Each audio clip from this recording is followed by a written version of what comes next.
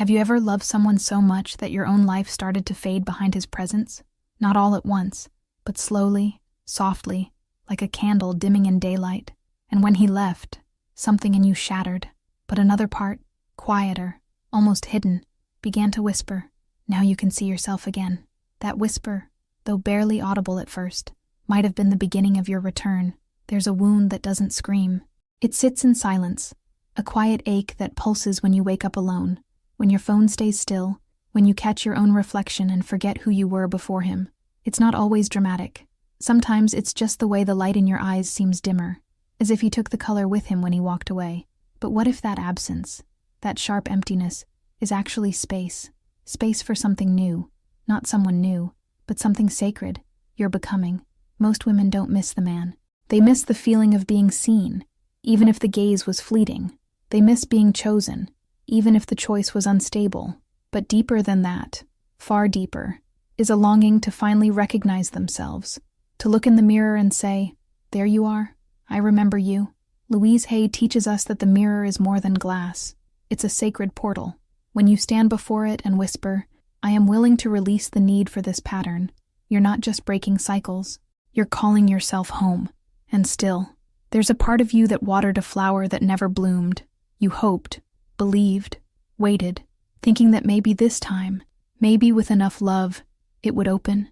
But what if the soil was never meant for your roots? What if, in trying to nourish a love that didn't see you, you slowly drained your own spirit dry? The tragedy isn't that he didn't bloom with you. The tragedy is how long you stayed, hoping he would.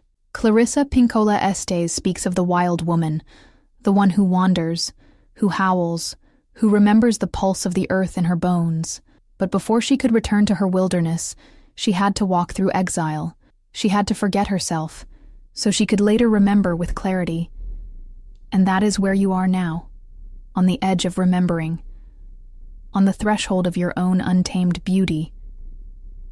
This isn't about him. It never really was. It's about you noticing the signs, not the ones you searched for in his words, his texts, his absence, but the signs that your soul is rising again, that something in you is done waiting, done begging, done bleeding for scraps. You are not here to be picked. You are here to bloom, with or without witness, because the best phase of your life, it doesn't begin when he returns. It begins when you do. There's a kind of grief that wears no black, that receives no condolences. It moves through your body like a ghost, soft, invisible, but heavy. You smile, you function, you keep going, but inside, there's a hollow space, shaped like a version of you that once felt adored. You thought you missed him. You replayed memories, reread messages, imagined what could have been. But slowly, the truth begins to whisper. What you truly missed was yourself. You missed who you became when you were loved, or at least when you believed you were. The sparkle in your voice, the softness in your chest, the way you held hope like a lantern in the dark. You were vivid then, weren't you? Not because he made you whole, but because love, even the illusion of it, awakened parts of you that had been sleeping. But here's the thing no one tells you. Sometimes love wakes you up, just to show you where you've been numb. And when he left, what lingered wasn't only the silence, it was the aching question. Was I not enough? It's a question that echoes. Not always in words, but in how you hold your breath when your phone buzzes, in how you stare at the ceiling at night, wondering why it still hurts. But perhaps the real wound isn't him walking away. It's you forgetting how deeply you once glowed, and believing that glow depended on him. There's a soft betrayal that happens when you give so much of yourself and still end up alone, not because love failed, but because you slowly disappeared inside the effort to keep it. And now, what you grieve isn't just him. You grieve the version of you that felt beautiful in his presence, the version that believed she was finally seen. And that grief, that quiet heartbreak, is not weakness. It's the soul asking to be remembered. But what if this heartbreak, this aching absence, is also the call back to yourself? What if, through the cracks of what's broken, light is beginning to return? Maybe this isn't the end. Maybe it's the beginning of you meeting yourself again. Sometimes, peace doesn't arrive with a grand entrance. It doesn't knock on the door or announce itself with clarity. It slips in quietly, just after the chaos, just after the door closes, just after he says goodbye. In the beginning, it feels like emptiness, like something is missing. And in a way, it is, but not in the way you think. What's missing is the noise, the emotional noise that came with him, the second-guessing, the waiting, the shrinking, the hope that exhausted your bones. And in that strange, unfamiliar silence, something sacred begins to take form. It's faint at first, like a song you haven't heard in years, but it's there, your voice, your breath, your own rhythm. You thought the silence would crush you. You feared the nights alone, the mornings without his messages, the days without his shadow orbiting your world. But in that wide, spacious quiet, you start to hear something different. Yourself, your real self, not the version who was constantly adjusting, molding, managing love, but the woman underneath all that, the one who was there before the performing began. Louise Hay once said, "Every ending is a new beginning, and this one starts with your healing." That healing isn't always soft. Sometimes it comes in waves of doubt, in tears that rise without explanation. But beneath those waves, there is a deep knowing. You're safe now, safe from the confusion, safe from the waiting, safe from the emotional hunger that never seemed to be fed. You begin to notice things you had stopped seeing, the color of the sky in the early morning, the sound of your own laughter, the way your body relaxes when you're not walking on emotional eggshells. These are not coincidences. They are signs. Signs that the peace you longed for is not coming from someone else. It's coming from within you, from the space his absence created. Because sometimes peace doesn't look like joy. Sometimes it looks like stillness, like no longer needing to be someone else to be loved. And that stillness, that quiet, is not loneliness. It's freedom in disguise. There's a silent narrative many women carry, one that begins long before the first heartbreak. It whispers through childhood moments, deepens in teenage years, and solidifies in adult relationships. You are worthy if someone wants you. It's subtle. It hides beneath compliments, beneath the longing to be seen, beneath the ache of waiting for a text that never comes. But it's there. This belief that being chosen confirms your value. And so, without realizing it, you start performing for love, smiling more, shrinking your needs, becoming easier to love, hoping that if you can just be enough, calm enough, pretty enough, giving enough, maybe, just maybe, someone will stay. But love that depends on performance is not love. It's a transaction. And you are not a transaction. This is the quiet trap. The belief that your worth is something external, that it exists in the eyes of another, that if he stays, you're lovable, and if he leaves, you're not. But your soul, your deep, wild, ancient soul, knows better. It knows that love, real love, begins not when you're chosen by someone else, but when you finally choose yourself. Louise Hay reminds us that the mirror is a place of truth, and when you stand before it and say, "I love you, I really, really love you," something sacred begins to shift. Because that voice, your own voice, begins to matter more than his silence, more than his approval, more than his return. The first sign that you're entering a new phase of your life is this. You stop asking to be picked. You stop measuring your value by someone else's recognition. You start meeting your own gaze in the mirror, not with criticism, but with curiosity, with softness, with the beginnings of reverence. And it's not always easy. There will be days when you slip, when the old belief knocks again, when you wonder, just for a moment, if maybe it was your fault. But even then, something in you resists. Something in you says, no, not this time. Because now, you're starting to see yourself, and that changes everything. There are loves that expand us, that make us feel as if the sky itself is inside our chest. And then, there are the others. The ones that slowly ask us to become less loud, less complicated, less emotional, less real. Not through words, always, but through glances, silences, withdrawals, through the subtle conditioning that teaches you, if you want to keep this love, you must not take up too much space. And so you begin to fold yourself. You swallow your opinions. You smile when it hurts. You nod when your heart screams no. You let go of friendships that made you feel alive. You forget the dreams that once lit up your nights. Bit by bit, you edit yourself, hoping that the edited version will be easier to hold, easier to choose, easier to love. But what you sacrifice in this process is something sacred, your essence. Love is not meant to be a place of disappearance. And yet, for so many women, it becomes exactly that. You become a ghost in your own life, present, but dimmed. You look in the mirror and barely recognize the eyes staring back.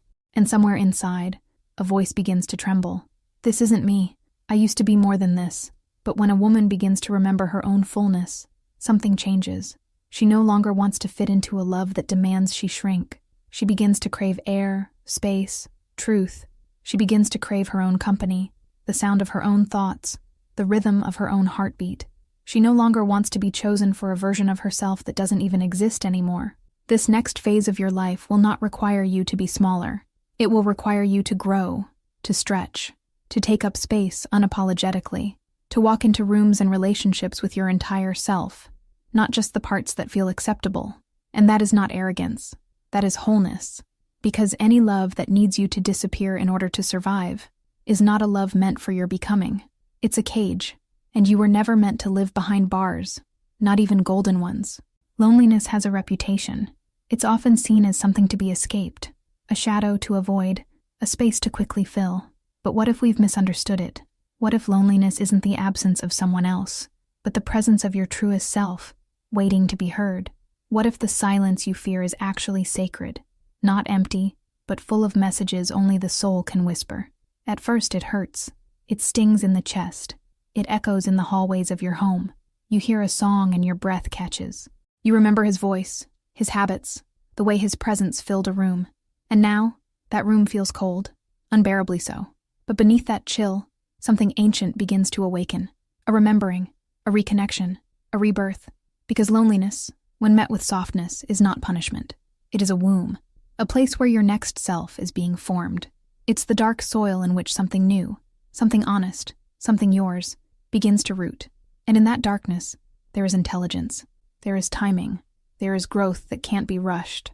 Louise Hay teaches us, I am in the process of positive change. And in this sacred solitude, that change begins. Not with fanfare, not with a grand revelation, but with small, quiet moments. Making your bed with care, lighting a candle just for you, sitting with your feelings without trying to fix them. These are the rituals of a woman being reborn. You may think you're falling apart, but really, you're falling inward, into the parts of you that were left behind, into the voice you stopped hearing when his needs were louder than your own, into the body that still remembers what it feels like to be whole. And slowly, you begin to understand, this loneliness isn't loneliness at all. It's reconnection. It's restoration. It's your soul stretching her arms after a long sleep. And one day you'll look around and realize the silence no longer feels like absence. It feels like peace. It feels like coming home. Hope, in its purest form, is sacred. It's what pulls us forward when everything feels lost. It's what makes us get up, try again, believe in the light even when all we see is darkness. But not all hope is healing. Some kinds of hope quietly become prisons, elegant, emotional cages built on the promise that one day he'll finally see you, finally choose you, finally change. You held on, didn't you? Not just to him, but to the version of him that lived in your imagination. The man he could become. The man he was, once, for a fleeting moment. The man he promised to be. And it's not foolishness that made you stay. It's the softness of your heart. Your longing to believe in transformation, in redemption, in love that returns after wandering. But sometimes, what keeps us stuck is not the man himself. It's the image we refuse to release. Hope can become an addiction, a quiet one that no one talks about. Because on the outside, you're not using substances, not breaking down. You're functioning, smiling. But inside, you're waiting, always waiting. And waiting becomes a way of life. You stop dreaming your own dreams. You start putting your life on pause, emotionally, spiritually, even physically. You keep the door open just in case he decides to come back. And that pause, that limbo, it drains your life force. But the soul knows. The soul always knows when the waiting has expired. When hope becomes self-abandonment. When holding on starts to hurt more than letting go ever could. You feel it in your bones, in your breath, in the way your heart aches. Not for him, but for your own return. You don't want to wait anymore. You want to live. And that desire, to breathe without holding your breath, to smile without looking over your shoulder, to dance without wondering who's watching, that desire is your soul waking up. That's the moment when false hope breaks. And in its place, something softer begins to bloom. Not a need for him, but a longing for yourself, for your real life, for now. Because healing doesn't always begin with love. Sometimes it begins with surrender, with the brave decision to stop hoping for what never was, and start creating what's always been waiting inside you. Sometimes, healing doesn't come with grand gestures. It arrives quietly, in the soft, unnoticed moments of the day, in the way you pour your morning tea, in the way you gently place your hand over your heart when no one is watching, in the way you start talking to yourself, not with criticism, but with compassion.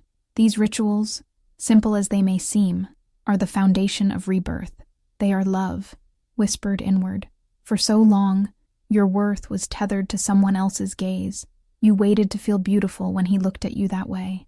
You waited to feel worthy when he called, when he stayed, when he chose you again. But that kind of worth is fragile. It vanishes when they walk away. It crumbles when silence comes. And you were never meant to crumble. What begins to rise now is something different. It's not loud. It's not desperate. It's sacred. It's the kind of worth that wakes up with you in the morning and whispers, "You are enough, even now, especially now." You see it in the way you make your bed, not for anyone else, but as an act of devotion to yourself. You hear it in the music you play, in the softness of your own voice when you say, "I'm here." You feel it when you pass a mirror, and, for the first time in a long time, you don't look away. Louise Hay often spoke of affirmations as seeds. You plant them not because you see instant change, but because you trust in what they will become. And each day that you say, "I love and accept myself exactly as I am," you're watering that seed. You're telling the universe, "I'm home." And slowly, gently, the garden begins to grow. These rituals are not chores. They are choices. They are declarations. Every time you light a candle, every time you stretch your body with care, every time you breathe with presence, you are remembering. You are saying, "I belong to myself again." And the universe listens. Because when a woman starts to honor herself in the small things, life begins to rise and meet her with grace. There is no one moment when it all changes. No single day when you feel fully healed. But these rituals, this consistent choosing of yourself, they build a path that leads not to someone else's love, but to your own sacred becoming. Healing doesn't mean you'll never feel the ache again. It means the ache no longer decides who you are. And sometimes, just when you begin to stand taller, to breathe deeper, to feel like yourself again, he appears. Or rather, he doesn't. He goes silent, disappears, sends mixed signals. A message, then nothing. A presence, then a void. It's familiar, painfully familiar. But this time, something is different. Because now, you recognize the pattern. The part of you that used to panic is quiet. The part that used to question, chase, ache, pauses instead. You notice the silence, yes. You feel the tug of old hopes. But you no longer abandon yourself to follow him into that maze. You stay rooted, still, observant. It's not that it doesn't hurt. It's that the hurt doesn't unmake you anymore. This is one of the clearest signs that your soul has shifted. When the same storm comes, but you are no longer swept away. You might still check your phone. You might still feel that flicker of longing. But underneath it, there's a new kind of strength, a groundedness, a knowing. You know what it cost you last time. You know the price of disappearing into someone else's absence, and you choose differently now. It doesn't mean you don't care. It means you care more about your peace, about your boundaries, about your energy. It means that you've grown into someone who no longer confuses attention with affection, inconsistency with intimacy, silence with mystery. Now you name things for what they are. And if someone cannot meet you with clarity, with respect, with presence, you no longer bend to fit their confusion. There's a quiet kind of power in this stage, a dignity that doesn't need to prove itself, a self-respect that doesn't shout but radiates. And when life tests you, when he tests you, you respond not with anger, not with begging, not with over-explaining, but with stillness, with distance, with love that turns inward. Because now you understand. Silence is not always a question that needs answering. Sometimes, it's just an echo of who you used to be, and a reminder of how far you've come. There is a silence deeper than the one he left behind. It's not empty. It's not cold. It's full of something ancient, something whole. It arrives unexpectedly, without ceremony. One morning you wake up and realize the urgency is gone. That tightness in your chest when you thought of him. The ache that clung to your mornings. The hope that lingered in your evenings. Gone. Not with bitterness. Not with rage. Just gone. You don't remember the exact moment it happened. There was no switch. No sudden clarity. It was gradual, like the seasons changing. One day you just felt calm. Not because he returned. Not because he explained. Not because he finally saw you. But because you finally saw yourself. Fully. Gently. Truly. This is the sacred moment. The moment many don't talk about. Not because it isn't powerful, but because it's quiet. It doesn't make headlines. It doesn't come with applause. It comes with peace. You no longer fantasize about what could have been. You no longer reframe the past in hopes of rewriting it. You see it for what it was, and more importantly, you see who you are now, because of it, despite it, beyond it. Your soul no longer clings to his potential. It no longer waits for his return. It no longer begs the universe to bring him back. Instead, it expands. It takes up space. It breathes in new air. You start dreaming again, not about him, but about you, about your life, your joy, your next chapter. And that shift is the miracle, because healing is rarely loud. It doesn't always look like breakthrough. Sometimes it looks like this, waking up and realizing you don't need closure. You don't need answers. You don't need him. You only need this moment, this breath, this peace that came not from him leaving, but from you returning. And when you reach this place, when your body no longer tenses at his name, when your heart no longer leaps at his presence, when your soul no longer waits at the door, you'll know you've entered the best phase of your life. Not because he came back, but because you did. There's a quiet turning point in every woman's journey, a moment when she stops searching for signs in his behavior and starts recognizing the signs within herself. These signs are not loud. They don't shout. They whisper through her calm. They echo in her boundaries. They bloom in her rituals.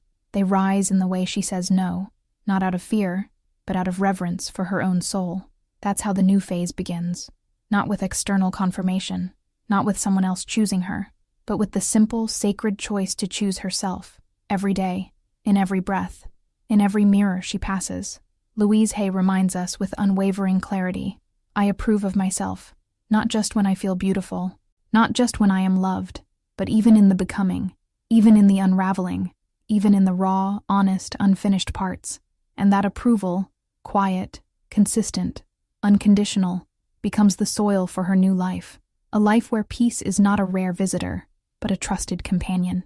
A life where love doesn't require shrinking. A life where hope is no longer attached to someone else's choices, but rooted in her own. She no longer fears the quiet. She no longer fears the mirror. She no longer fears herself. Brené Brown once said that vulnerability is not weakness. It is courage. And what could be more courageous than a woman who admits she was broken open by love and still chose to stay with herself? Who stood in her pain, her longing, her silence, and chose not to run? That kind of strength isn't forged overnight. It's cultivated in the rituals, in the tears, in the 1,000 quiet moments where she chose to return to her heart again and again. And when she walks now, she walks differently, not fast, not loud, but grounded, present, certain, like someone who finally took off the shoes that were hurting her and decided to walk barefoot, skin to earth, soul to life, no longer waiting to be rescued, no longer hoping to be remembered, but fully here, fully her, fully enough. The universe didn't punish her by making him leave. It whispered through his absence, "Come home." And she did. If this journey has touched something tender in you, this space is here to walk with you. You don't have to walk it alone. Subscribe, stay close, and keep choosing yourself every single day. And when you're ready for the next step in your healing, click on the video appearing now. It's there for you, just like you're here for yourself now.